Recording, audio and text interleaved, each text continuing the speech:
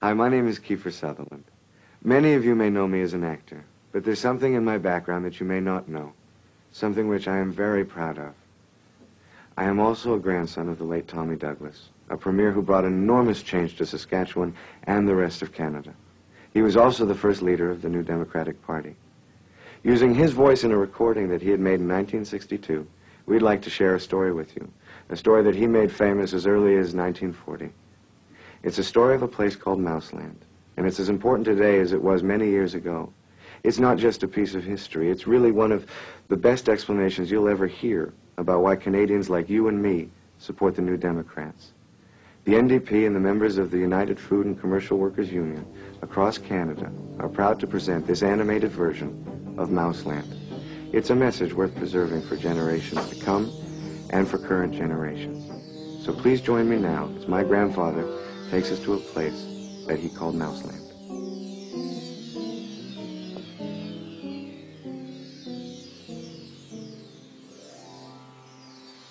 It's a story of a place called Mouseland.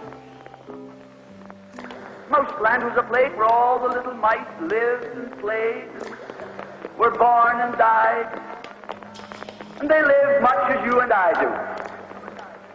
They even had a parliament. And every 4 years they had an election. They used to walk to the polls and cast their ballot. Some of them even got a ride to the polls. Got a ride for the next 4 years afterwards, too. Just like you and me. And every time on election day, all the little mice used to go to the ballot box and they used to elect a government. A government made up of big, fat, black cats. Now, if you think it's strange that mice should elect a government made up of cats, you just look at the history of Canada for the last 90 years, and maybe you'll see that they weren't any stupider than we are. Now, I'm not saying anything against the cats. They were nice fellows. They conducted the government with dignity. They passed good laws. That is, laws that were good for cats. But the laws that were good for cats weren't very good for mice. One of the laws said that mouse holes had to be big enough so a cat could get his paw in. Another law said that mice could only travel at certain speeds so that a cat could get his breakfast without too much physical effort.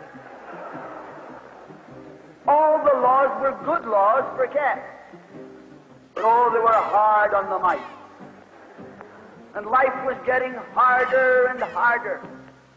And when the mice couldn't put up with it anymore, they decided something had to be done about it. So they went en masse to the polls. They voted the black cats out. And they put in the white cat.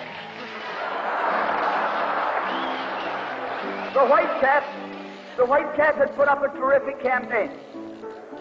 They said all that Mouseland needs is more vision. They said the trouble with Mouseland is those round mouse holes we've got. If you put us in, we'll establish square mouse holes. And they did. And the square mouse holes were twice as big as the round mouse holes. And now the cat could get both his paws in. And life was tougher than ever. And when they couldn't take that anymore, they voted the white cats out and put the black ones in again. And then they went back to the white cats, and then to the black cats. They even tried half black cats and half white cats.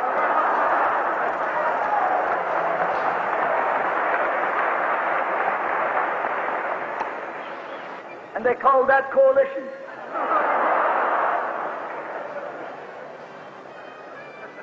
They even got one government made up of cats with spots on them. They were cats that tried to make a noise like a mouse, but they ate like a cat. You see, my friends, the trouble wasn't with the color of the cat. The trouble was that they were cats. And because they were cats, they naturally looked after cats instead of mice. Presently, there came along one little mouse who had an idea. My friends, watch out for the little fellow with an idea. And he said to the other mice, look, fellas, why do we keep on electing a government made up of cats? Why don't we elect a government made up of mice? Oh, they said he's a Bolshevik. Lock him up. So they put him in jail. But I want to remind you that you can lock up a mouse or a man, but you can't lock up an idea.